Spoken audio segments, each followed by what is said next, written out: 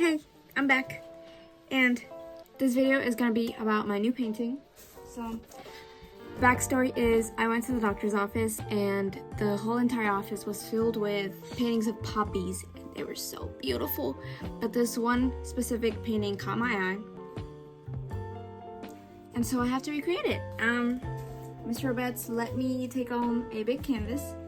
This is the biggest I've ever worked on. So yeah, I'm gonna take you along the process. So first things first, I have to do a rough sketch. So I'm gonna do that while Flora, my little helper, holds my reference.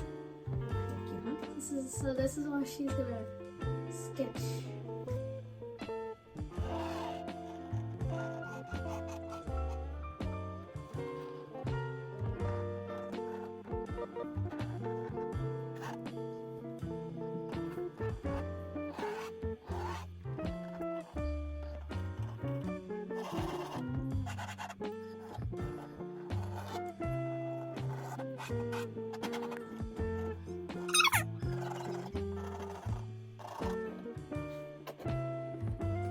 What if you give this to Mr. Ribbons as a present? No, this is mine.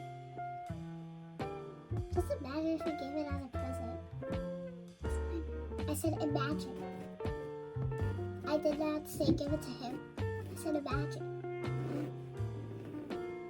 Okay, so here's the sketch, and it wasn't really hard to do because they're just basic shapes and lines. And now I have to block in the main colors, which I'm gonna do tomorrow. Okay, so first thing, or I should say second thing, is to fill in the main colors. So the sky, the mountains, the ground, and the flowers too, but I did that last because I wanted to focus on the rest of the painting. So I did that, and I should have done a better job at this because the coats were very sheer, and then when I tried to go back in and put more coats, the color match wasn't coming out the same, so that was difficult to work with. And overall, my painting did come out a little bit darker than the original. The original is more pastel-y and light, but that's how it came out. The flowers were a little tricky, so I just did a basic wash of everything. And here's a little petal trying to escape and bleed and ruin everything. So I had to fix that up really quick. I'm glad I noticed when I did, but here I am fixing it. Then I did the rest of the flowers. The white one looked so freaking beautiful at the end. I didn't even want to change it. It looks so pretty already. Here's the mother, she stopped by. At this point, you can definitely see how patchy the whole painting is because of the uneven coats, but don't worry, I fixed that at the end. Now I'm going in, I'm filling in with all the details, and I started with the mountain. Flora wanted to help. I don't know why I started with the mountain, that was a bad idea. And then I moved on to the clouds, which was an even worse idea. The clouds actually looked really pretty, and I'm sad that I had to cover it up because the blue behind it was still sheer. But here I am painting clouds. And then I moved on to the ground because I don't think I could mess up the ground. And I should have focused on this first because it is the most important. It takes up 2/3 of the painting, so I really need to give the ground my attention. There's tons of different shades and little grasses and shadows and flowers that go in the ground in the meadow, so I just did that really quick. And then I moved back to the clouds, trying to fix what I did before, and I'm not mad. I think I did a pretty good job in bringing them back. And then now we're moving on to the flowers. This part took a really long time because each and every flower were different and they needed their own special attention.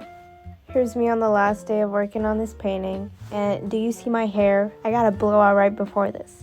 But I'm just working on some minor details and some touch-ups before I jump into the stem. And Mom came in here. She was very excited and she wanted to record me a bit.